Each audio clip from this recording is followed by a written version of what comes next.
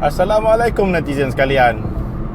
Baru ni saya ada nampak korang komplain berkenaan dengan minta derma untuk kubah yang bernilai 490,000, ya hampir-hampir 500,000 ringgit untuk binaan kubah di sebuah surau ke masjid yang tidak diketahui di mana lokasinya. Okey, itu tak penting, tapi kita dapat dengar di mana ramai netizen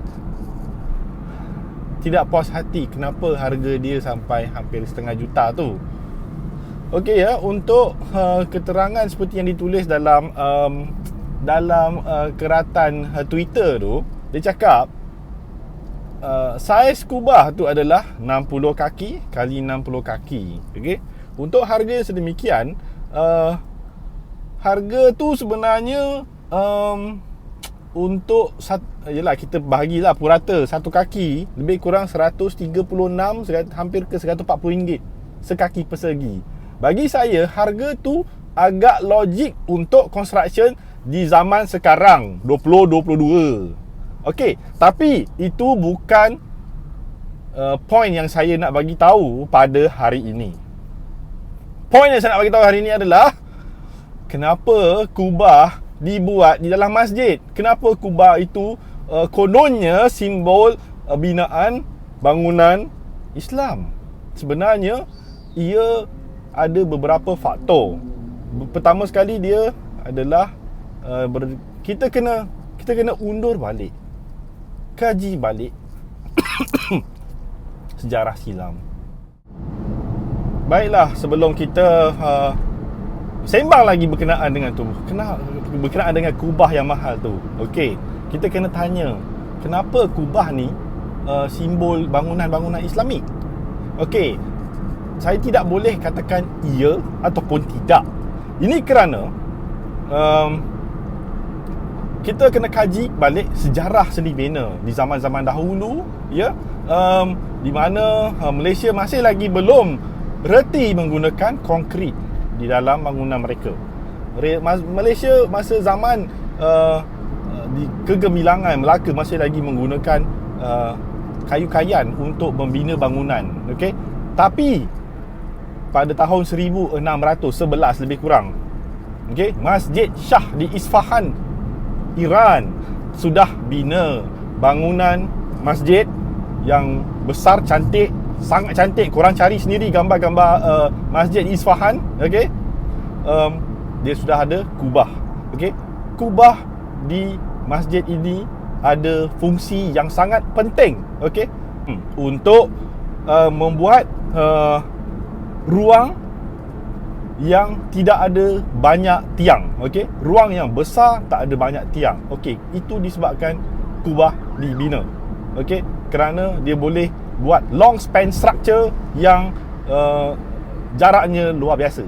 Okey, yang kedua adalah daripada kualiti akustik yang dihasilkan oleh kubah itu sendiri. Tetapi untuk menghasilkan ruang akustik yang terbaik, kubah perlu direka bentuk dengan sangat baik, iaitu mesti kaji dari segi perletakan kedudukan pembesar suara pula, kedudukan imam untuk sembahyang ke, untuk bagi khutbah ke, untuk memberi ceramah sarahan. Okey, kedudukan dia mesti sesuai supaya bila dia bercakap, gema yang dihasilkan daripada kubah adalah sempurna.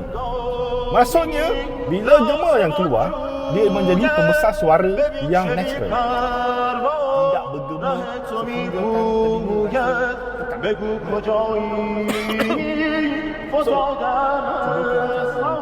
mungkinlah aku carikan tu korang. Jika kita kaji pula bangunan-bangunan Islamik di Nusantara pula, ya. Okey, contohnya bangunan-bangunan masjid zaman dahulu, seperti Masjid Kampung Laut di Kelantan ataupun Masjid Kampung Keling di Melaka. Mereka, bangunan-bangunan ini, masjid ini, ya, menggunakan design bumbung Meru. Okey, bumbung Meru adalah bumbung yang seperti piramid yang bertingkat, sama ada 2 atau 3 tingkat. Bumbung ini dia dihasilkan sebagai simbol simbol tempat berkumpul. Okey, jadi bila dijadi simbol tempat berkumpul and dia tukar jadi bangunan masjid, so ini sebenarnya adalah simbol bangunan Islamik Nusantara. Bukan semestinya masjid bentuk kubah. Okey, bukan semestinya kubah. Namun begitu, zaman sekarang di mana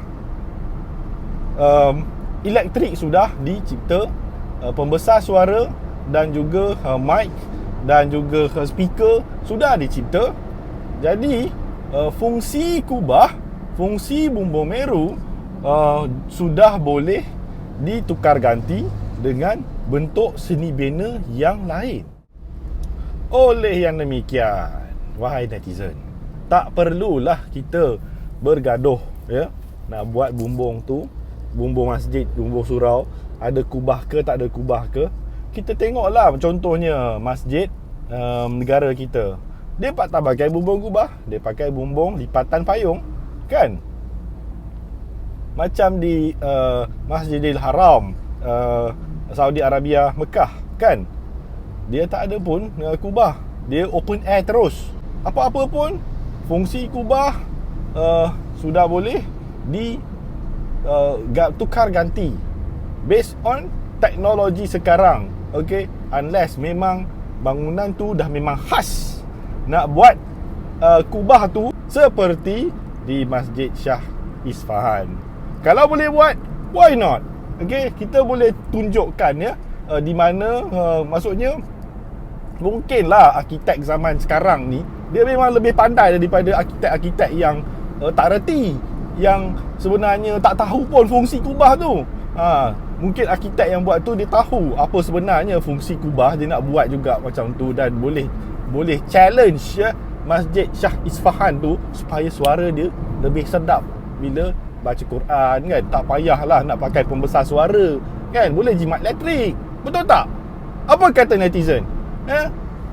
Anyway, kita boleh jumpa lain kali bersama saya, Faris Hilmi, guru arkitek anda. Selamat berbuka puasa kepada semua. Bye.